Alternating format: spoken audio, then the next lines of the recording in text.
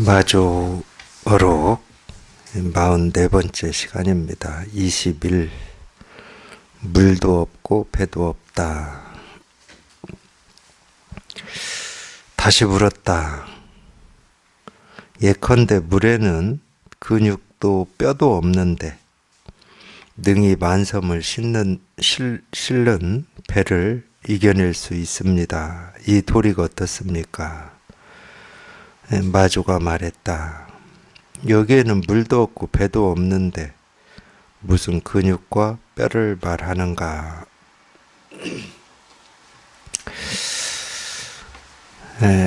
지금 방거사가 마조 스님한테 지금 한 3가지 정도 질문을 지금 하고 있습니다. 만법과 짜가지 않는 게 어떤 사람입니까? 이게 첫 번째 질문이었고, 두 번째는 본래인을 어둡게 하지 마시고 스님께서는 눈을 높이 들어 바라보십시오. 이랬고, 이제 오늘이 3번째인데, 이제 물 가지고 질문을 했어요. 물 가지고. 이 물은 근육도 없고 뼈도 없는데, 이 만섬을 실은 배를 어떻게 이겨낼 수 있느냐, 이 도리가 뭐냐, 이 질문입니다. 참 우리가 이 생각으로 보면은 참 기발한 질문이잖아요. 보통 이제 우리 집이다 하더라도 이 기둥이 있어야 되고 보도 있어야 되고 이 벽체도 있어야 되고 방바닥도 있어야 되고, 그러니까 이제 그런 걸 이제 근육이다 뼈다 이렇게 표현을 한 건데, 근데 이 물은 근육도 없고 뼈도 없는데 이 만섬을 실은 배를 어떻게 이렇게 띄울 수 있느냐, 그 힘이 어디에서 나오냐, 이 도리가 뭐냐, 이런 질문이에요. 그러니까 우리 세간의 입장에서만 보면은 이런 질문하면은 참 기발하다 이렇게 얘기를 할 것 같아요. 특히 서당에서 공부를 한다. 10몇 살 먹은 아이가 천자문을 읽고 이러면서 갑자기 이런 질문을 한다고 생각해 보세요. 참 엄청 기발한 질문이잖아요.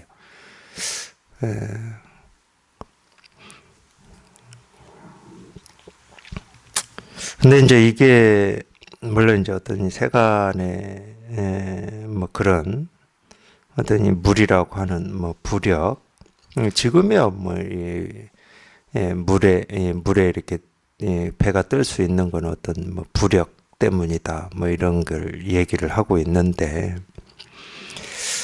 세간에서는 이제 그런 거지만 우리 이 마음 공부에서는 이제 그런 게 아닙니다. 근육도 없고 뼈도 없다, 이 얘기는 달리 얘기하면은 이 하나의 모습이 이렇게 생겨나는 데는 어떤 이유도 없고 어떤 원인도 없는데 이런 얘기하고 똑같아요. 근육과 뼈가 없다는 말이에요. 뭘 이렇게 지탱해주고 유지해주고 보호해주는 이게 뭐가 없어. 그러니까 달리 얘기하면 우리가 이 분별된다고 하는 이 모든 것이 이 분별되지 않는, 뭐라고 할 수 없는 여기에서 다 생겨난다. 말은 이렇게 하는데, 이 말은 우리가 이렇게 할 수 있지만은 분별되지 않는 것은 이게 어떤 건지, 어딘지, 이유가 뭔지, 시작이 어디서부터인지 알 수가 없잖아. 분별이 되지 않으니까. 그러니까 여기에서 생겨난다 말은 해. 동양 사상도 그런 식으로 얘기를 합니다. 이유, 있는 모든 것은 없는 것, 무에서 다 생겨난다, 이런 얘기를 해요. 그러면 이제 우리는 이 무라고 하는 이 무의 세계를 머릿속으로 또 그려버립니다. 근데 이 무의 세계라고 하는 것은 머릿속으로 그릴 수 있는 세계가 아니잖아요. 분별되지 않는 거는 우리가 머릿속으로 그릴 수가 없는 거잖아요. 분별이 안 되는데 어떻게 그립니까? 그러니까 이게 알 수가 없는 거야, 이게. 그러니까 뭐라고 할 게 아무것도 없는 여기에서 온갖 것들이 다 생기고 사라진다, 이러니까 사실은 이제 그 말하고 똑같은 거죠. 모습지어진 모든 것을 이렇게 떠받치고 있다, 이 말이에요. 모습지어진 모든 것을 이렇게 떠받치고 있다. 마음 공부에서는 이제 그 질문으로 봐야 되겠죠. 아니, 어떻게 이 모습 없는 이게 이 모습 있는 모든 거를 다 생기게 합니까? 이 질문하고 똑같은 거예요. 여기 무슨 이치와 도리가 있습니까? 예, 이거하고 똑같은 겁니다. 근데 이치와 도리가 있다 그러면 우리가 아는 건데, 이거는 분별이 안 된단 말이야. 이렇게 말은 그렇게 해. 여기에서 다 생겨났다. 근데 이 말도 맞는 말은 아니거든. 여기에서 생겨났다 그러려면은 뭔가 이렇게 확인이 되는 게 있어야 되잖아요. 분별되지 않는 여기에서 생겨났다 그러려면 분별되지 않는 이 뭔가 확인이 되는 게 있어야 되잖아. 근데 확인되는 건 아무것도 없거든. 확인을 할 수가 없잖아요. 뭐 그런 거하고 똑같을 겁니다. 저 속에 뭐가 있는지를 내가 알아내기 위해서 이 손을 이렇게 밀어 넣었어. 그럼 뭐 영화나 그런 거 있잖아요. 거기 손을 밀어 넣으면은 이만큼 손이 들어갔으면 이만큼은 없어져 버리는 뭐 영화 그런 거 있잖아요. 그러니까 도대체 확인이 안 되는 거예요. 넣으면 없어져 버리니까. 그리고 이렇게 빼내면 이제 이렇게 손이 보이고. 그런 거하고 똑같은 거예요. 정말 저 속에 뭐가 있길래 모든 게 저 속에서 나오나 하고 좀 손을 딱 집어 넣어 보면 손이 없어져 버리고.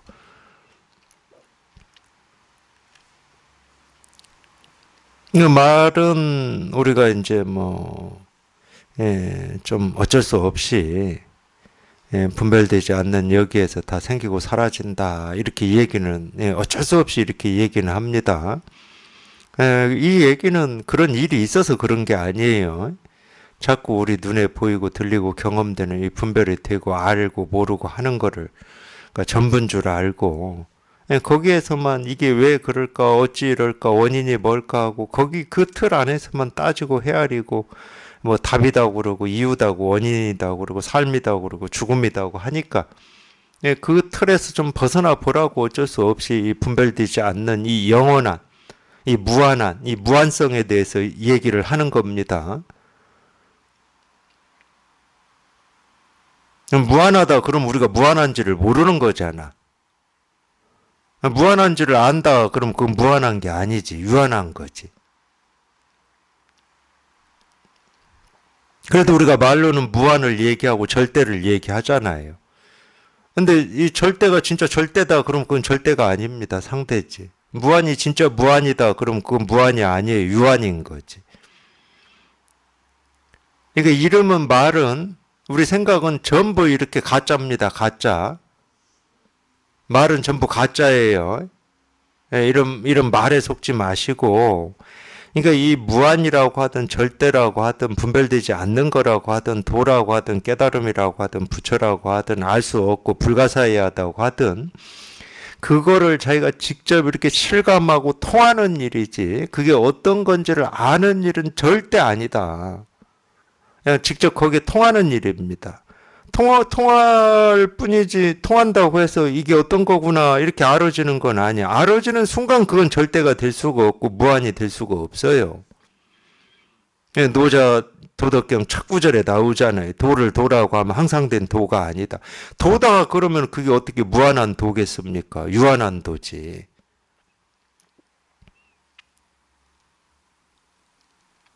그러니까 이거는 오로지 그냥 통할 뿐이야.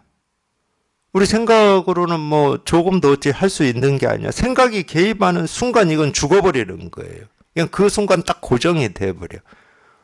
도라고 하든 부처라고 하든 깨달음이라고 하든 아무리 뭐 좋은 거라고 하든 이름이 지어지면 이름이 지어진다는 건 머릿속에서 생각을 했다는 말이거든. 이름이 지어지면 그 순간 딱 죽어버리는 거예요. 그냥 통할 뿐이지. 그냥 통할 뿐입니다. 어떤 이치도리도 아니에요. 이치도리라고 하는 것도 우리가 모르다가 아는 거잖아. 이 세상에 이치도리 뭐 이런 거. 깨달음하고 다른 점이 그런 거예요. 이 깨달음이라고 하는 거를 직접 통해 보면은 내가 모르다가 안 어떤 게 아닙니다. 지금까지는 여기 안 통했기 때문에 전혀 모르는 거였고 이제 통하고 난 뒤에서야 이제 이게 어떤 건지 알겠다. 그게 아니에요. 그런 거라면 이치 도리 뭐 이런 거하고 뭐 내가 지금까지는 모르다가 새롭게 아는 어떤 정보 사실 지식 이런 거하고 무슨 차이가 있겠습니까? 전혀 그런 게 아닙니다. 여기에 통해 보면 원래 있던 거예요. 늘 있었던 거야. 늘 있었다는 거를 자기가 직접 이렇게 실감을 해서 이렇게 경험을 하냐 못하냐 이 차이는 있을 수 있는데 그거는 자기가 경험을 못했기 때문에 생각으로는 뭐 있는 건지 없는 건지 몰랐을 거고 그렇다고 이게 이 통해놓고 보면 이게 뭐 그 전에는 없었던 거냐 아니라니까 늘 있는 일이라니까 늘 언제 어느 때나 있는 일이에요. 세상이 있다 그러면 이게 있는 겁니다. 세상이 있다 그러면 이게 있는 거예요. 그러니까 그런 거하고는 다른 겁니다. 생기고 사라지는 그 어떤 거하고는 다른 거예요. 알마고는 아무런 상관없다고. 쉽게 말해서 뭐 지금의 시대가 뭐 영적인 시대다 또는 뭐 지구의 먼 시대다. 그런 거 전부 우리가 그건 알아야 되는 문제잖아. 내가 몰랐다가 알아야 되는 문제입니다. 그런 거는 우리가 이치도리라고 그래요. 그러니까 우리가 주역도 배워서 아 우주에 이치도리가 이런 거구나. 음양으로 이렇게 돼 있구나. 그건 우리가 배워서 익혀가지고 아는 문제잖아. 근데 이거는 배우고 익힐 게 없어요. 배우고 익혀서 알고 모르고 하는 게 아니야. 내가 배우기 전에도 익히기 전에도 알기 전에도 그냥 이거는 변함이 없는 거야. 이거는 늘 변함이 없죠. 그냥 늘 있는 일이니까. 그냥 이 하나의 일일 뿐이지 뭐 다른 일은 없어요. 그냥 늘 있는 이 일일 뿐이지.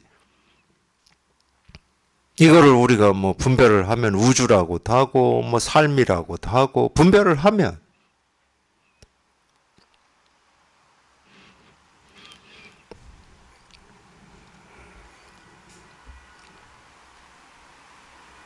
이거 뭐라고 할 게 아무것도 없는 여기에서 이 온갖 것이 이 우주 삼라 만상이 이렇게 다 생겨나고 사라지고 변화한다.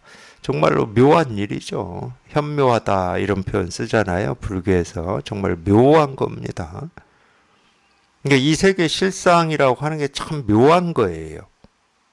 우리가 이제 이 세계 실상이라고 하는 그거에 이제 이렇게 통하는 건데 통해놓고 보면 참 묘한 거야. 지금까지는 참 어떤 일이 생겨난다 그러면 거기에 그만한 어떤 합당한 어떤 이유가 있고 근거가 있어야 되잖아요. 지금까지는 그랬습니다. 우리가 세간을 살 때는. 근데 이유가 없다는 건 아닌데 이유가 있긴 있어. 그냥 이 보이고 들리고 경험되는 모든 것은 이 보이지 않고 경험되지 않는 여기에서 생겨난다. 그러니까 이유가 있긴 있지. 보이지 않는 이거라는 어떤 이유가 있긴 있는데 이건 보이지 않고 알 수가 없는 거니까 불가사의한 거지. 그러니까 이걸 이유라고 찝어낼 수가 없어요. 굳이 얘기하면 우리 이 생각의 범위를 벗어나 버린 거기 때문에 물에는 근육도 뼈도 없는데 능히 만섬을 실른 배를 이겨낼 수 있습니다. 이 도리가 어떻습니까? 그러니까 이 방거사도 전혀 뭐 이 어떤 우리가 얘기하는 이 실상, 이 진실을 모르는 사람은 아니에요. 내용도 그렇잖아요. 물에는 근육도 뼈도 없는데 능히 만섬을 실른 배를 이겨낼 수 있습니다. 이렇게 얘기하잖아요. 그러니까 이 만법의 바탕이고 근원이다. 이게 만법의 근원이고 바탕이다. 이거 어떻습니까? 이렇게 묻는 거예요, 마조한테. 그러니까 참 이 방거사 기백은 참. 석도 이천 문화에서 이제 공부를 방거사가 했거든요. 다나 천연이랑 뭐 이렇게 다 같은 도반인데. 그래서 이제 이 마조록에 나오는 이 내용을 보면은 이 석도 이천 문화에서 이렇게 공부를 하다가 깨달은 바가 있어요. 여기에 이렇게 통한 바가 있어. 그러니까 이제 이때만 해도 석도 이천 문화, 마조 문화를 이렇게 왔다 갔다 하면서 이렇게 묻고 선문답을 하고 그랬단 말이에요. 방거사가 이제 깨달은 바가 있고 뭐 여기에 통해서 석도 이천 문화에서 뭐 얼마를 더 있다가 마조를 찾아와서 이런 대화를 하는지까지는 모르겠는데 어쨌든 지금 방거사도 이 실상이 이렇게 통해서 이거에 대한 눈이 있습니다. 이렇게 보면은. 그러니까 이제 이렇게 물을 수가 있는 거예요. 이 도리가 어떠냐 하고. 참 그렇다 하더라도 참 이 마조 스님한테 이렇게 우리말로 하면 이렇게 대거리를 참 할 수 있다는 것도 기백은 커요. 기백은 이 도리가 어떻습니까 하고 한번 마조 스님한테 지금 밀어보는 거잖아요. 쉽게 말하면은 뭐 비유를 들면 이런 거예요. 이제 한 10살, 뭐 11살, 12살 이 정도 이제 됐어. 이제 그러니까 약간 이제 이 자기 팔에 힘이 좀 붙었죠. 자기 팔에. 그 정도 어린 아이가 굳이 얘기하면은 뭐 우리 뭐 헬스 뭐 트레이너 또는 헬스장을 운영하는 이 관장을 찾아와 가지고 저하고 팔씨름 한번 해봅시다. 이거하고 지금 똑같은 거거든. 그래도 참 기백은 대단해요. 마조가 말했다. 여기에는 물도 없고 배도 없는데 무슨 근육과 뼈를 말하는가. 그러니까 이제 이거는 무슨 얘기냐. 우리가 뭐라고 할 게 있다. 예를 들어서 근육도 없고 뼈도 없는 물이라고 하는 거라도 있다. 그러면 우리는 여기다 말을 붙일 수가 있어요. 물은 근육도 없고 뼈도 없습니다. 이렇게 말을 붙일 수가 있어. 뭐 이렇게 집이다. 집이 있으면은 집은 이렇게 네 기둥이 있고 뭐 지붕이 있고 뭐가 있습니다. 이렇게 말을 붙일 수가 있잖아요. 근데 아예 그런 기둥도 없고 뼈도 없고 방바닥도 없는 물이다. 그러면 거기다 우리는 말을 붙일 수가 있습니다. 이렇게 방거사처럼. 뼈도 없고 근육도 없습니다. 이렇게 붙일 수가 있어요. 근데 우리 정멸이라고 하고 열반이라고 그러잖아요. 여기에 통해서 이게 이렇게 분명한 거를 우리가 정멸열반이라고 그러거든. 여기는 뭐라고 할 게 아무것도 없다니까. 뭐라고 할 게 아무것도 없는데 뼈가 있니 없니? 근육이 있니 없니? 이런 말이 성립이 안 돼요. 여기는 뭐 분별을 할 수 있니 없니? 이런 말이 성립이 안 돼. 뭐라고 할 게 뭐라도 있어야 그거에 대해서 우리가 뭐가 있다고도 하고 없다고도 하고 뭐 적다고도 하고 크다고도 하고 이럴 거잖아요. 근데 뭐라고 할 게 아무것도 없는데 여기에 무슨 말을 붙일 수가 있겠습니까? 마조 입장은 지금 이거예요. 물도 없고 배도 없는데 물이 없는데 물에 뼈와 근육이 있다 없다 이런 얘기를 왜 하느냐? 물이 없는데 뼈 근육 없는 물이 있다 그러면 우리가 그런 말을 할 수 있죠. 그러면 물은 깨끗하다, 시원하다 이런 얘기를 할 수가 있다니까. 근데 물도 없는데 참 이 물 깨끗하네, 시원하네 이러면은 그 미친놈이잖아. 우리 마음이라고 하는 게 그런 겁니다. 그냥 이름이 마음이야, 이름이. 그냥 이름이 마음이지 마음이라고 하는 어떤 게 없어요. 그러니까 이 마음에 대해서는 말을 붙일 수가 없는 거야. 뭐라고 할 수가 없어요. 뭐 마음이라고 하는 어떤 게 있어야 뭐 깨끗하다, 텅 비다, 고요하다 이런 얘기를 하지. 근데 마음이라고 하는 어떤 게 없는데 없는 마음 가지고 뭐 깨끗하다, 텅 비다, 고요하다, 뭐 정멸이다, 해탈이다 뭐 이런 얘기 하면은 미친 거지. 뭐 이렇게 얘기를 해야 되나요? 귀신이 없어. 근데 그 옆에 사람이 자꾸 이 귀신은 뭐 좀 뭐 처녀 귀신이니 뭐 애기 귀신이니 뭐 이런 얘기하고 있으면 이상한 거잖아. 뭐 귀신이라고 할 게 없는데 뭐라고 할 게 아무것도 없어 그냥 텅 비어가지고 허공밖에 없는데 저 귀신은 좀 이상한 귀신이네 머리가 기네 짧네 이러면은 그 미친 거 아니에요. 아니면 헛것이 보이든가 그 말하는 사람한테는. 이 법에 대해서 그런 얘기하는 건 지금 헛것 보고 있는 겁니다. 자기도 모르게 이 법이라고 하는 어떤 게 있다고 착각해가지고 지금 보이는 거예요. 그러니까 이래야 되니 저래야 되니 이러는 겁니다. 여기에는 물도 없고 배도 없는데 무슨 근육과 뼈를 말하는가. 22. 울음을 그치게 하려고 한 승려가 물었다. 스님은 무엇 때문에 이 마음이 곧 부처라고 말씀하십니까? 이 마음이 곧 부처다. 이건 마조 스님의 가르침입니까? 가르침입니다. 그러니까 어떤 스님이 찾아와서 이렇게 물었나 봐요. 스님은 무엇 때문에 이 마음이 곧 부처라고 말씀하십니까? 또 달리 얘기하면 스님은 무엇 때문에 이 마음이 곧 부처라고 가르치십니까? 이렇게도 됩니다. 이 마음이 곧 부처다 이렇게 가르치십니까? 왜 그렇게 가르치십니까? 뭐 이 말일 수도 있어요. 마조가 말했다. 어린아이가 우는 것을 그치게 하기 위해서이다. 울음을 그친 뒤에는 어떻습니까? 마음도 아니고 부처도 아니다. 이 두 종류가 아닌 사람이 오면 어떻게 가르쳐 줍니까? 그에게 어떤 물건도 아니라고 말해준다. 문득 그 속에 사람이 올 때는 어떻습니까? 먼저 그가 태도를 직접 깨닫도록 해준다. 이 마조 스님의 이 가르침 중에 이렇게 질문과 답이 이렇게 한 4번 정도 이어지는 가르침이 드문데 이번 거는 좀 이어졌습니다. 한번 다시 보겠습니다. 한 승려가 물었다. 스님은 무엇 때문에 이 마음이 곧 부처라고 말씀하십니까? 스님은 무엇 때문에 이 마음이 곧 부처라고 가르치십니까? 뭐 똑같은 말이에요. 이 마음이 곧 부처다. 그러니까 이 마음이 도가 뭡니까? 마음이 뭡니까? 도가 뭡니까? 그 마음이 곧 부처다.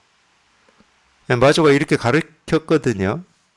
도가 뭡니까? 그러니까 그 마음이 곧 부처다 하고 이렇게 가르쳤어요. 그 마음이 곧 부처다. 그거를 이제 좀 풀어서 얘기를 하면 묻는 그 마음이 곧 부처다 이 말이에요.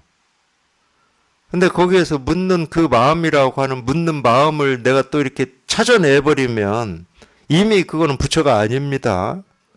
그건 죽은 마음이에요. 야, 묻는 이 마음이 부처구나. 그건 생각이잖아, 또. 그러니까 그 마음이 곧 부처다 이렇게 가르친 이유가 뭐냐.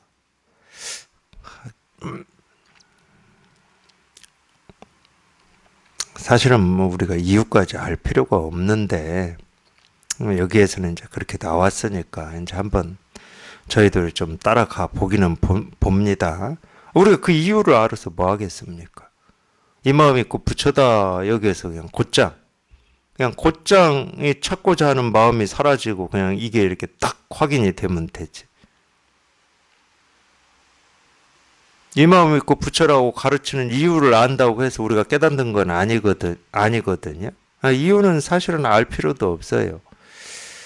근데 이제 여기 내용을 보면은 마조 스님을 찾아와서 이 묻는 스님도 그냥 보통 스님은 아니에요. 이 내용을 보면은.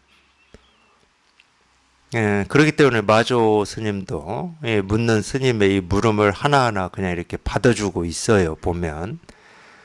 그렇지 않다. 정말 이 스님이 여기 이렇게 통한 경험이 없고 지금 분별만 가지고 이렇게 얘기하고 있다. 그러면 첫 번째 물음은 뭐 이렇게 얘기를 한다 하더라도 이 두 번째 물음 뭐 여기에서부터는 좀 대응을 달리 했을 수도 있을 겁니다. 아마. 제 입장에서 보면 그래요.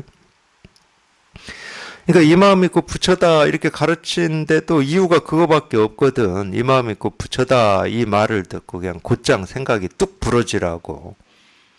하여튼 이 마음이 어떤 마음이냐, 묻는 마음이냐, 뭐 듣는 마음이냐, 뭐 이런 건 전부 생각이니까 그거는 뭐 어떤 마음이냐 이런 생각은 하실 필요도 없고. 그러니까 묻는 그 마음이 부처다. 그럼 묻는 그 마음이 어떤 마음이냐 따지면 안 돼요. 묻는 그 마음이 부처다 이 말을 듣고 물음이 사라지면 되는 거잖아. 그 마음이 부처인데 물음이 생길 수가 없잖아. 진짜 부처면은. 그러면 저절로 물음이 사라지죠. 거기서 통해버리면. 이 마음이 부처다 여기서 통해버리면 물음이 사라진다니까. 물음이. 도가 뭡니까 하는 그 물음이 사라져. 그러면 해결이 된 거잖아.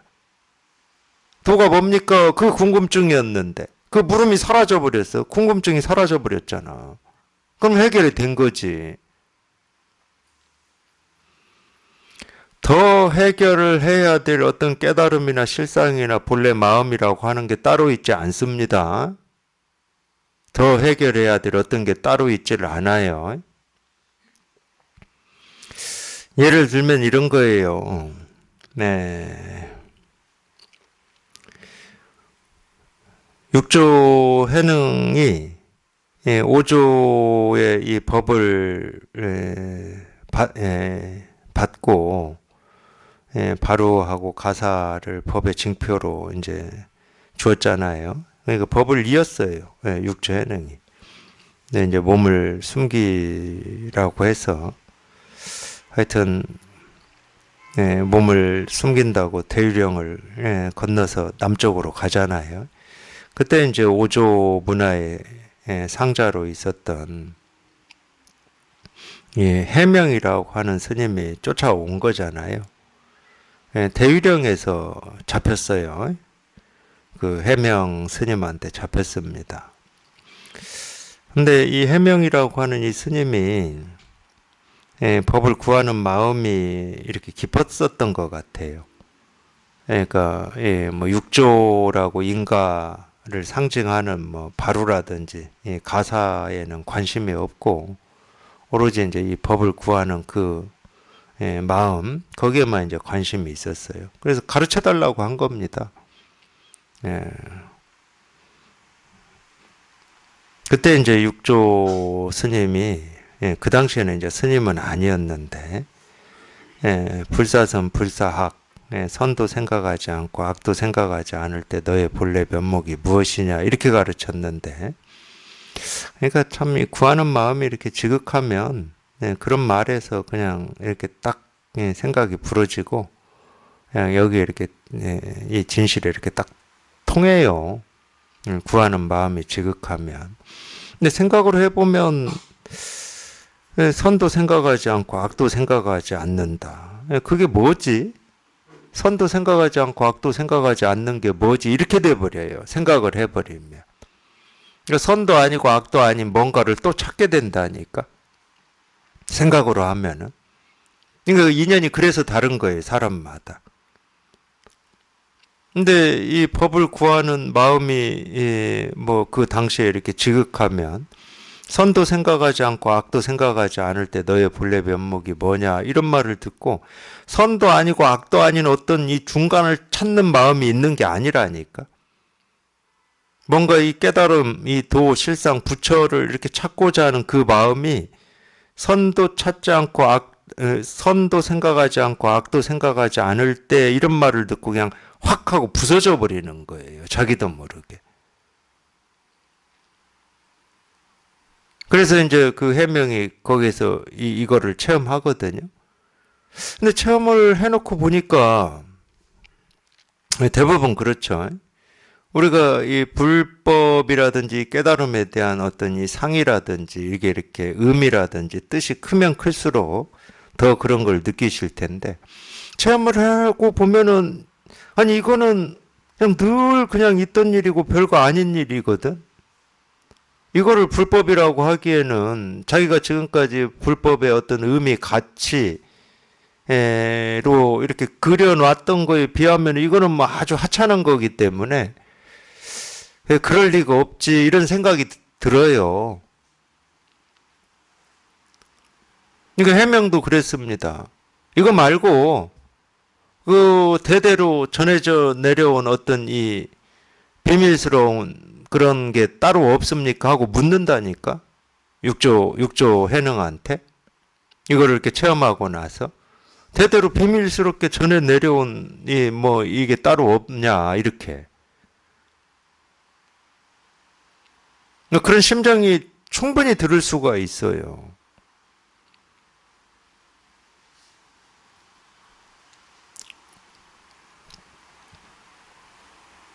그리고 자기가 한번 이렇게 생각이 끊어지고 분별이 끊어지는 어떤 그런 체험을 했다. 그러면 적어도 이 생각이 끊어지고 분별이 끊어지는 체험을 했구나. 뭐 이거라도 뭐 이렇게 강하게 있다. 그럼 그거라도 이렇게 붙들고라도 있을 건데 실제로는 이걸 진짜 체험할 때는 뭐 분별이 끊어졌니, 말이 끊어졌니, 생각이 끊어졌니 이런 생각이 없거든. 그러니까 뭔가 이렇게 대단한 어떤 걸, 어떤 체험이나 경험을 이렇게 좀 붙들고라도 있을 만한 어떤 게 있어야 되는데 그것도 없어요. 그것도 없으니까 참 체험을 해놓고 보면은 당혹스러울 수도 있는 거예요. 뭔가 대단한 일을 했어야 되는데 대단한 일이 없는 거야 이게.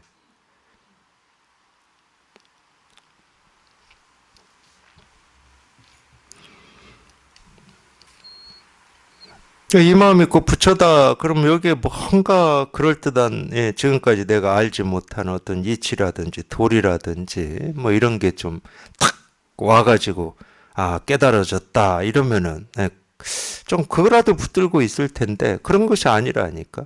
이 마음이 꼭 부처다. 그러는데, 우리가 딱 통할 때는 무슨 뭐 마음이 있고 부처가 있고, 이 마음이 부처고 저 마음은 부처가 아니고 이런 거 없어요. 그런 생각이 없다고. 뭐 갑자기 중생의 마음이었다가 부처의 마음이 되는 것도 아니고 그런 게 없어.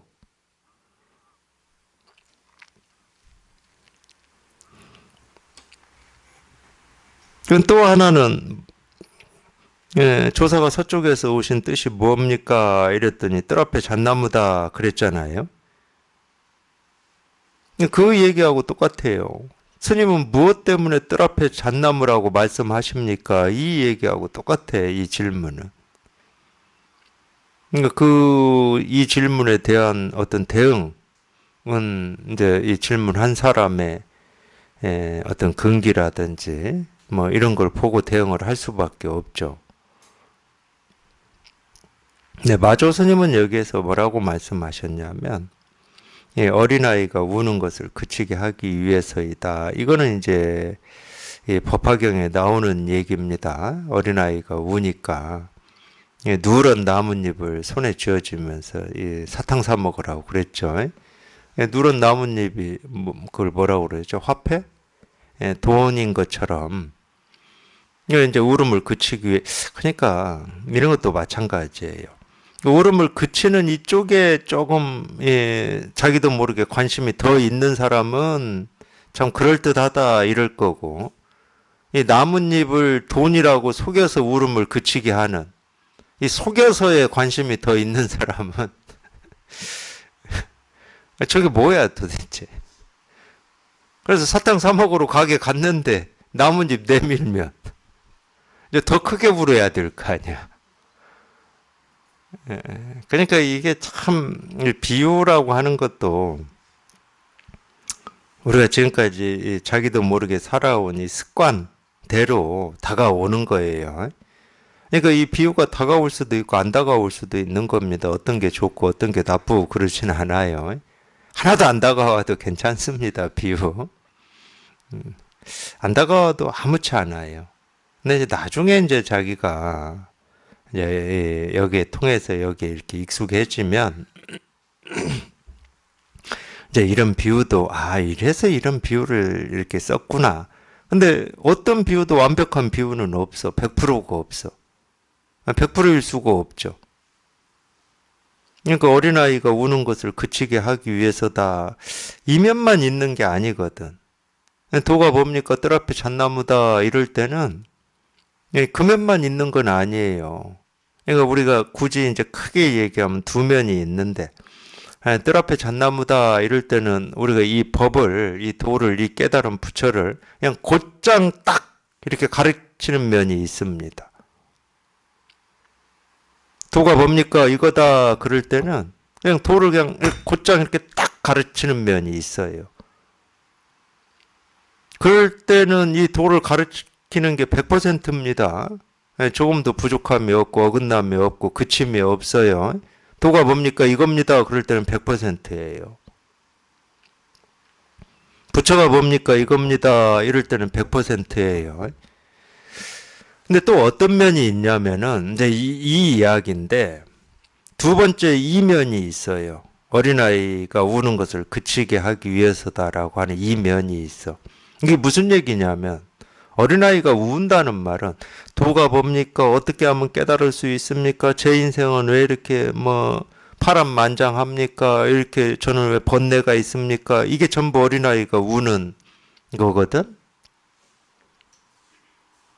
계속 말을 지금 자기 스스로가 만들어내고 있다고. 물론 이제 그걸 자기가 만들어내고 있다고 그러면 동의를 안 하시죠. 나는 그런 일이 있어서 내가 이 말을 하는 거지. 내가 만들어낸다. 그거가 아니라고 하실 거니까. 하여튼 뭐가 있어서 그 말을 하든 만들어내든 뭐 그건 안 따져도 됩니다. 하여튼 그런 모든 이 우는 소리, 이 분별하는 소리, 그 자기 속에서 일어나는 소리를 그냥 당장에 그냥 딱 끊어버리기 위해서예요. 그게 딱 끊어지면은 그냥 이 법이 그냥 저절로 이렇게 딱 하고 눈앞에 드러난다니까. 그 소리가 안 끊어지니까 이게 확인이 안 되는 거야. 이렇게 가르쳐 드려도. 그 소리가 자기도 모르게 딱 하고 이렇게 딱 하고 끊어지면 그냥 이게 확인이 그냥 되는 거예요. 그냥.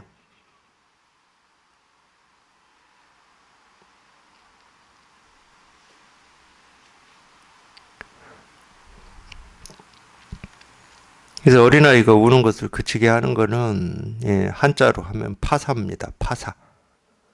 예, 삿된 거를 그냥 잘라버리는 거예요. 예, 왜 삿대다고 그러냐. 이 진실이 아니니까 삿대다고 그러는 겁니다. 이 법이 아니기 때문에 삿대다고 그러는 거예요. 뭐 좋은 생각이 아니고 좋은 감정이 아니어서가 아니고 아무리 좋은 생각이고 좋은 감정이다 하더라도 이 법이 아니면 다 삿대다고 그래요. 그러니까 선도 생각하지 말고 악도 생각하지 말라고 육조선님도 가르쳤잖아요. 그럼 모든 분별로부터 한번 훌쩍 벗어나 봐야 된다. 그러면은 예, 분별은 다 삿된 겁니다. 벗어나야 될 그건데 뭐 다 삿된 거지. 아무리 좋은 생각도 삿된 겁니다. 그래서 이 측면을 얘기한 겁니다. 이 마음이 곧 부처다라고 하십니까? 그랬더니 어린아이가 우는 것을 그치게 하기 위해서이다. 다른 말로 하면은 중생의 병을 치료하기 위해서다. 또는 그냥 네가 지금 그렇게 묻고 있는 그런 생각, 그 생각을 그냥 다 깨부수기 위해서야. 뭐 이 말이겠죠. 그럼 이 말을 듣고 정말로 모든 생각이 다 깨부서졌다. 그러면 뒤에 질문이 나올 수가 없는 거지. 생각이 다 깨부서져 버렸기 때문에. 근데 두 번째 질문이 뭐냐? 울음을 그친 뒤에는 어떻습니까? 그러니까 이거는 이제 우리가 이런 가르침에서 직접 여기에 이렇게 통해 봐야 이게 무슨 말인지를 우리가 알아요. 그러니까 통하고 난 뒤에는 어떠냐 이 말이에요. 분별이 다 사라지고 난 뒤에는 어떠냐. 한번 이 말의 길이 끊어지고 생각의 길이 끊어지면 어떠냐 이 말이거든. 그러니까 조심하셔야 돼. 깨달은 뒤에는 어떻습니까? 이러면은 또 이 깨달은 뒤에 어떤 이 삶의 모습이라든지 이런 걸 얘기해 버리면 또 분별을 하게 되는 거예요. 울음이 그친 뒤에는 어떻습니까? 아니 모든 이 생각이 끊어지고 말이 끊어졌는데 어떠함이 없지. 진짜 깨달은 사람은 울음이 그친 뒤에는 어떻습니까? 뭐가 없는데?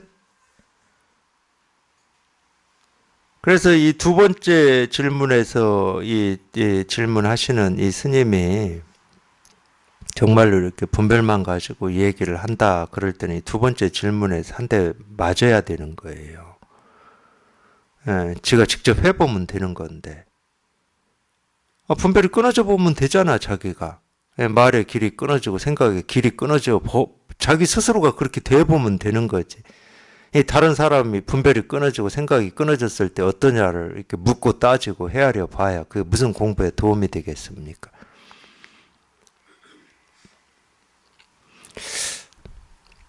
네, 이 마조 스님 이것도 받아줍니다. 울음을 그친 뒤에는 어떻습니까? 그러니까, 근데 받아주는 걸 한번 잘 제가 읽어드릴게 보세요. 마음도 아니고 부처도 아니다. 색도 아니고 공도 아니다.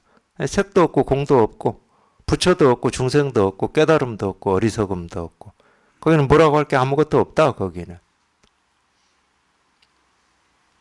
근데 이제 이 마음이 곧 부처다 이거 가지고 물었기 때문에 마음도 아니고 부처도 아니다. 울음이 그친 뒤에는 뒤가 없어요 실은. 이 말의 길이 끊어지고 생각의 길이 끊어졌는데 뭐라고 할 수가 없는 거지. 뭐라고 할 수는 없지만 그래도 이제 받아주는 겁니다. 이 마음이 곧 부처다 이거 가지고 물었었기 때문에 마음도 아니고 부처도 아니다. 물론 색즉 시공 가지고 물었으면 이 색이 공이 되고 난 뒤는 어떻습니까? 이 말하고 똑같은 거거든. 그럼 색도 없고 공도 없지 이 얘기예요.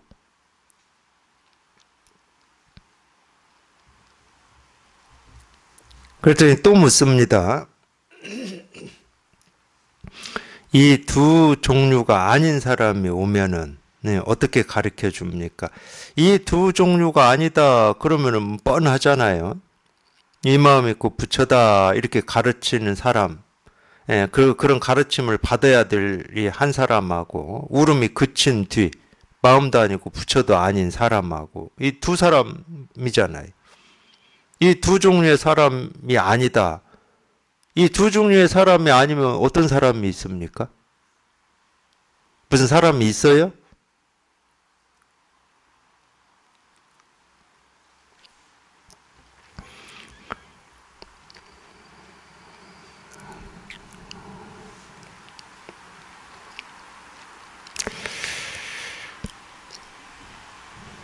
그 두 종류가 아닌 사람은 없어요. 있을 수가 없죠. 그에게 어떤 물건도 아니라고 말해준다. 그래서 제가 받아줬다고 그러는 거예요. 마조 스님이. 아니, 그 두 종류가 아닌 사람이 없는데 뭐 무슨 말을 해줍니까?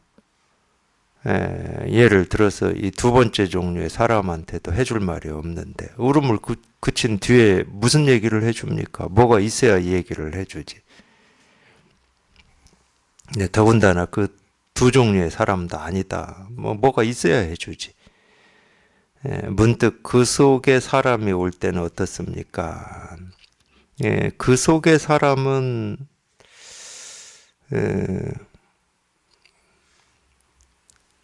참 말이 좀 그래요.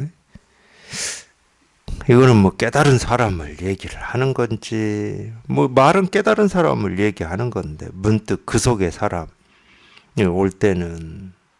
근데 이제 답이 어떻게 되냐면, 먼저 그가 대도를 직접 깨닫도록 해준다, 이런 거 보면은, 그 속의 사람은 깨달은 사람이라기보다는, 이 깨닫고자 하는 이 믿음, 바람이나 이 뜻, 원이 큰 사람을 얘기하는 것 같아요. 그러면 직접 대도를 깨닫도록 해준다. 뭐 이런 것 같아요.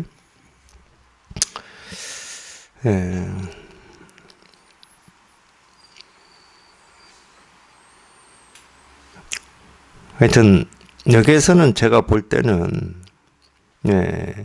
이 마음이 곧 부처다, 뜰 앞에 잣나무다, 뭐 이거다 이렇게 가르치는 이유가 뭡니까? 뭐 이거에 대한 질문인데, 그러니까 이 진실과 방편을 보는 눈이 있느냐, 뭐 이런 거를 이제 뭐 얘기를 하고는 있어요. 그리고 또 하나는 이 울음을 그친 뒤에는 어떻습니까? 이게 이제 사실은 진실이죠. 울음을 그친 뒤라고 하는 이게 진실입니다. 거기에는 뭐라고 할 게 아무것도 없어요. 어린아이 우는 것을 그치게 하기 위해서 말하는, 거기는 말이 있죠. 이 마음이 곧 부처다, 뜰 앞에 잣나무다, 뭐 색이 공이고 공이 색이다, 뭐 이런 말이 있습니다. 근데 말이 있긴 있는데 그런 말들은 전부 울음을 그치게 하기 위해서 중생의 병을 치료하는 약으로 쓰는 거지. 거기에 무슨 진실이 있는 건 아니다. 진실은 자기 스스로한테 전부 이렇게 갖춰져 있는 거라니까. 분별되지 않고 알 수 없고 뭐라고 할 수 없는 그걸 우리가 진실이라고 하고 법이라고 하고 지혜라고 그러는 겁니다. 그거를 거기에는 말이 붙을 필요가 없어요. 그러니까 이 공부에서 말이라고 하는 것은 이 중생의 병을 치료할 때나 하는 겁니다. 내 공부가 이런 거다. 그거는 말이 될 수가 없는 거야. 중생의 병을 치료하는 약으로나 우리가 허용을 해 놓는 거거든. 그래서 방편은 예외로 한다 이런 말이 그런 말이에요. 경전에. 말을 하면 전부 어긋나지 당연히. 말을 하면 다 어긋나요. 이건 말이 없는 거기 때문에. 생각의 길이 끊어지고 말의 길이 끊어진 거기 때문에 말을 하면 다 어긋나지. 어떤 말을 해도 어긋납니다. 석가모니 부처님이 말씀을 하셔도 어긋나고 역대 조사 선사들이 얘기를 해도 어긋나요. 그러니까 만부처 천부처가 지금 와도 여기는 도달을 못하는 겁니다. 근데 방편은 예외로 한다고 그랬어요. 방편은. 왜 예외로 하느냐. 중생의 병을 치료하는 약으로 어쩔 수 없이 하기 때문에 예외로 하는 겁니다. 그 점이 분명하셔야 되는 거예요. 근데 이거는 저희가 이 진실에 통해서 공부를 하면 할수록 저절로 분명해지는 거기 때문에 자기도 어찌 할 수는 없어. 하여튼 제 경험으로 봐도 그래요. 이 진실과 방편이라고 하는 게 제가 처음하고 공부하는 동안에 이렇게 명확히 갈라지지를 잘 않더라고. 방편의 말을 사실처럼 여기면 안 된다. 이 말이 무슨 말인지는 알아듣겠는데 자기도 모르게 자꾸 이 가르쳐놓은 말들, 이 부처님의 말씀, 경전 또는 이 선사들의 가르친 말씀들이 자꾸 어떤 사실처럼 이렇게 느껴지는 경우가 있어요. 그게 한참 걸리더라고. 저 같은 경우도 보면은. 그게 우리가 말에 속는다는 거거든. 그런 말에 속아요. 근데 거기는 아무런 진실이 없어요. 가르쳐 놓은 말에는. 진실은 자기한테 있는 거라니까. 살아있는 자기한테 있는 거지. 죽은 문자에 있는 게 아니에요. 우리가 이 체험을 하고 공부를 한다는 것은 그 점이 점점 갈수록 분명해진다는 겁니다. 정말 진실은 살아있는 자기 스스로한테 있는 거구나. 그러니까 이 진실에 대해서는 신경을 안 씁니다. 쓸 필요가 없어요.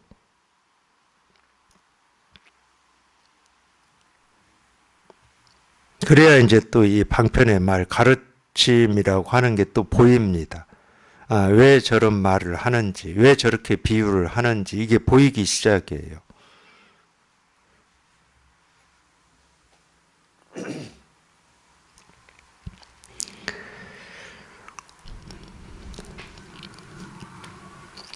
그러려면은 울음을 그친 뒤에는 어떻습니까? 이 질문이 있잖아요. 여기 통하고 난 뒤에는 어떻습니까? 이 질문에 스스로 뭐라고 할 게 없어야 돼요. 이 질문에 대해서 이 질문 자체가 이상한 질문이라니까. 울음을 그친 뒤에 어떻다고 이걸 어떻게 물을 수가 있어? 뭐가 있어야 뭐 이렇다 저렇다 뭐 이러는 건데 우리는 그냥 문득 그냥 뚝 부러지면 그냥 정멸이야 정멸. 열반이라니까. 근데 이제 우리가 세간을 살던 이 버릇, 이 생각하는 버릇이 너무 깊게 남아있기 때문에 그러고 난 뒤에 생각이 바로 앞장서 가지고 그 경험에 대해서 이러니 저러니 해석하고 또는 이런 거다 저런 거다 정리하고 그러는 거지. 그러니까 그 습이 아직 안 떨어져서 그러는 거예요. 그 습이. 그 습이 떨어져 보면은 이거는 우리가 이 법이라고 하고 진실이라고 하고 실상이라고 하고 부처라고 하고 마음이라고 하는 여기에는 뭐라고 할 게 아무것도 없다니까. 붙을 말이 하나도 없어요. 붙으면 이상하지. 말이 붙으면 이상하고 생각이 붙으면 이상해요. 그럼 아무 붙을 게 없는데 이거에 대해서 이런 말 저런 말을 누군가 한다. 그러면 이상하지 그 사람이. 저 사람이 생각으로 공부하는구나. 말을 붙인다는 건 생각을 한다는 거거든 이 법에 대해서. 근데 자기 스스로는 아무 붙일 말이 없는데, 그냥 깨끗한데, 뭐라고 한마디 붙여야 될 이유를 못 느끼는데.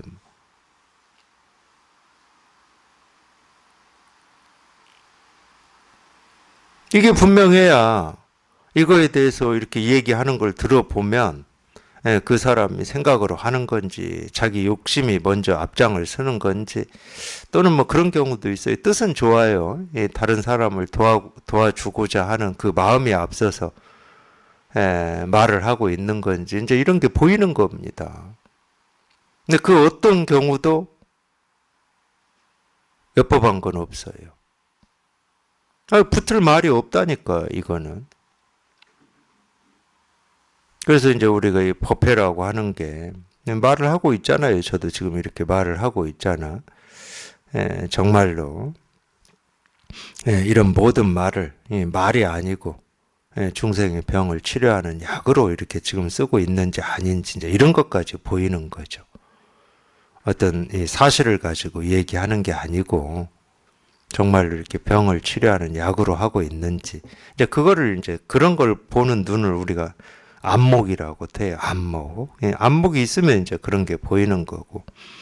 안목이 없으면 말은 똑같으니까 말은 똑같아요. 남을 가르쳐 주기 위해서 하는 말이나 중생의 병을 치료하기 위해서 약으로 하는 말이나 말은 똑같거든. 똑같기 때문에 그걸 이제 알아보지를 못하는 거죠. 23. 조사가 서쪽에서 온 뜻. 어떤 것이 서쪽에서 오신 뜻입니까? 마조가 말했다. 바로 지금은 무슨 뜻이냐?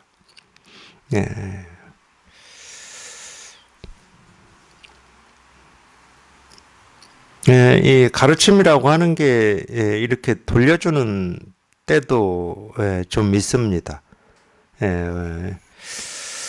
이렇게 돌려주는 것도 뭐 다 똑같은 건데, 그러니까 이 조사가 서쪽에서 오신 뜻, 부처님이 이거를 이렇게 49년 동안 이렇게 가르쳐 놓으신 뜻, 또는 이 마음 있고 부처라고 말씀하신 뜻, 뭐 우리 항상 그런 데 관심이 많이 있잖아요. 무슨 이유 때문에 저렇게 가르치고 말씀을 하셨을까? 또는 무슨 이유 때문에 석가모니 부처님은 2500년 전에 사람 몸으로 이 세상에 나오셨을까? 뭐 이런 데 관심이 많잖아요. 그게 계속 자기 생각 속에 있다는 말입니다. 이제 그런 걸 우리가 호기심이라고도 하는데, 뭐 호기심은 다 자기 생각 속에 있다는 말이에요. 생각 속에 있다는 말은 자기 진실을 잃고 있다는 말이죠. 그러니까 좀 우리 분별하면서 산다는 것은 그렇게 얘기할 수도 있을 것 같아요. 굉장히 억울한 일이다. 제가 볼 때는. 왜 그러냐면 자기가 진실을 잃고 싶어서 잃는 게 아니야. 그냥 자기는 그냥 호기심일 뿐이고 지금까지 해왔던 그냥 생각이고 느낌이고 감정일 뿐이니까 정당한 거였거든. 생각도 정당하고 감정도 정당했어. 근데 자기가 지극히 정당하고 자연스러운 건데 그 지극히 정당하고 자연스러운 것을 하는 그 자체가 자기 스스로를 잃고 있는 거야. 그러니까 억울할 수가 있다니까. 내가 그렇게 살아왔는데 이게 나를 잃어버리는 행위라고 뭐 이렇게 억울함이 있을 수가 있어요. 근데 뭐 어쩔 수는 없죠. 우리가 늘 그렇게 평생을 살아왔기 때문에 생각에 익숙해져 있지. 그러니까 뭐 아까도 뭐 첫 시간에 나왔나. 머리를 비우고 배를 채워라. 그럼 우리는 도대체 이해가 안 됩니다. 머리를 채워야 되는데 머리를. 그러니까 우리 일상생활에서도 머리 비었다는 말 굉장히 싫어합니다. 배 좀 고픈 건 아무 문제가 안 돼요. 배 좀 고픈 거는 너 배고파 이게 인격적인 비하가 아니다니까. 근데 너 머리 비었어 그럼 그건 인격적으로 큰 비하예요. 세간에서는. 그러니까 우리가 어디에 신경을 쓰고 사는지가 딱 나오잖아요. 아마 저희 부모님 세대나 그 윗세대는 그렇지 않았을 겁니다. 좀 멍청한 거 그건 지금 뭐 일도 아니에요. 먹고 사는 일이 더 배 채우는 게 더 중요했어요. 그때는. 멍청한 건 너무 당연한 거고, 글자 모르는 거 너무 당연한 거고, 막 그거는. 양반들한테 뭐 물론 인격적으로는 조금 기분이 나쁘고 자존심은 상했을 거예요. 지들은 좀 배웠다고 이렇게 무시하나 뭐 이러긴 했을 겁니다. 근데 어쨌든 우리 머리 비었다는 말 싫어합니다. 그거는 당연히 반증입니다. 우리가 그걸 중요하게 여기고 살았다는 거예요. 배고픈 것보다 더 중요하게 여기고 살았다. 근데 이 마음 공부는 도덕경에서 그렇게 표현한 그쪽 방향이에요. 머리를 비우셔야 돼. 지금까지 뭘 배우고 익히고 알았다 하더라도 그거 가지고는 안 돼요. 그쪽 방향은 아니야. 그건 세간살이 방식이거든. 굳이 얘기하면 이런 비유가 적당할지는 모르겠지만 땅에 발 딛고 살아갈 때 필요한 무기들인 거예요. 근데 땅을 발을 딛고 살지 않는 이 하늘세계에 살 때는 그거 아무 필요 없는 무기들입니다. 그거 거추장스러워요. 다 버려야 돼. 뭐 비유가 적당할지는 모르겠어요. 뭐 깨닫는다고 우리가 하늘세계에 사는 건 아니니까 당연히 땅에 발 딛고 살죠. 오히려 땅에 더 발을 그냥 딱 딛고 삽니다. 말 그대로 만족. 만족 그냥. 발바닥을 그냥 땅에 그냥 워낙 그냥 다 딛고 사니까 만족인 거야. 그냥 찰만자에다가 발족자잖아. 물론 그 발족자가 발이라는 뜻만 있는 건 아니에요. 만족스럽다 할 때 그런 뜻도 있어요. 만족스럽다. 충분하다. 이런 뜻도 있어요. 충분하다. 참 그 발족자 그거 참 신기한 말이야.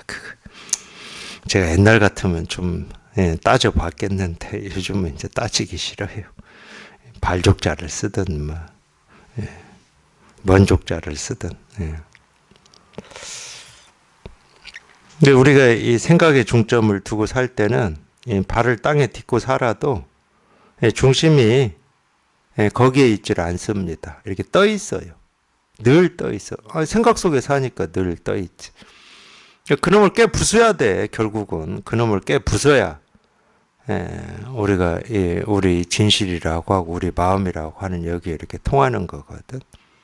그러려고 이렇게 어떤 때는 반문을 합니다.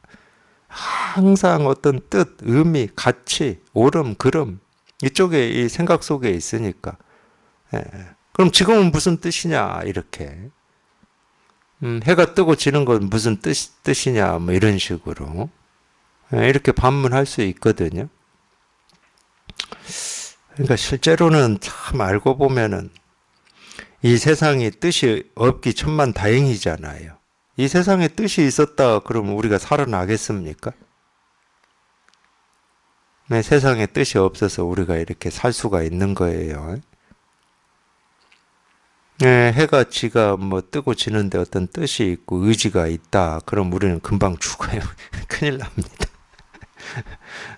다 죽을 거예요, 아마. 세상에 뜻이 없기를 천만 다행이다. 또 하나 있습니다. 우리는 내가 있고 내 뜻이 있고 내 주장이 있고 그게 어떤 실체가 있는 것처럼 그렇게 착각하고 살지만 우리도 우리가 없기 때문에 나라고 할 게 없기 때문에 실체가 없기 때문에 이렇게 살 수 있는 겁니다. 실체가 있으면 살 수가 없을 거예요, 아마. 실체가 없어도 이렇게 전쟁하고 막 이러는데 실체가 있다 그러면은 하여튼 제 느낌으로는 그렇습니다. 있다고 착각한 것만 가지고도 인류는 인류가 서로를 이렇게 죽이고 전쟁도 하고 이러거든요. 근데 다행히 실체가 없어요. 나라고 하는 실체가 없어. 있다고 착각할 뿐이지. 그러니까 어쨌든 바로 지금은 무슨 뜻이냐 이러는 것도 항상 우리는 뭐 뜻이 있고 의미가 있고 가치가 있고 이렇게 해야 되고 저렇게 해야 되는 것처럼 이렇게 착각하고 살지만 이 세상에는 정해진 바가 없습니다. 본래 없어요. 아무 정해진 바가 없어요. 우리가 이 세상에 태어날 때도 정해진 바가 없었잖아. 무슨 의미, 목적, 가치 이런 거 가지고 오지는 않았잖아요. 그런 거 가지고 오지 않았습니다. 근데 갑자기 뭐가 있어야 되는 것처럼 인생이 그런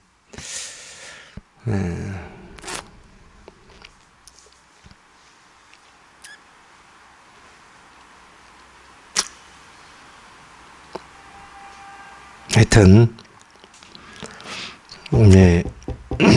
우리가 이 진실이라고 하는 여기에 이렇게 한번 통해 봐야 됩니다. 이 진실이 드러나야 거짓이 보이는 거예요. 이 진실이 드러나지 않으면 절대 거짓이 안 보입니다. 자기가 어떤 분별을 하고 있고 어떤 틀을 가지고 살아가고 있는지, 왜 그것 때문에 얼마나 이 삶이 힘들고 갈등되고 번뇌가 있는 건지 이런 게 안 보여요. 내가 반드시 한번 이 진실, 이 주인이 한번 이렇게 밝혀져야 돼요. 이게 밝혀져야 거짓이 밝혀지는 겁니다. 하여튼 여기에 통해서 이 삶을 산다고 하는 것은 어떤 면에서는 이 진실은 진실대로 이렇게 분명해지는 면 당연히 있고요. 당연히 있습니다. 여기 익숙해지면 익숙해질수록 이게 이렇게 분명해요. 근데 이게 분명하다는 말은 또 다른 측면으로 뭘 얘기하고 있냐면 지금까지 우리가 이 세상살이에서 세상은 이런 거다, 삶은 이런 거다, 이렇게 저렇게 살아야 된다라고 하는 이런 이야기들이 있잖아요. 이런 이야기들이 얼마나 거짓인지가 밝혀지는 겁니다.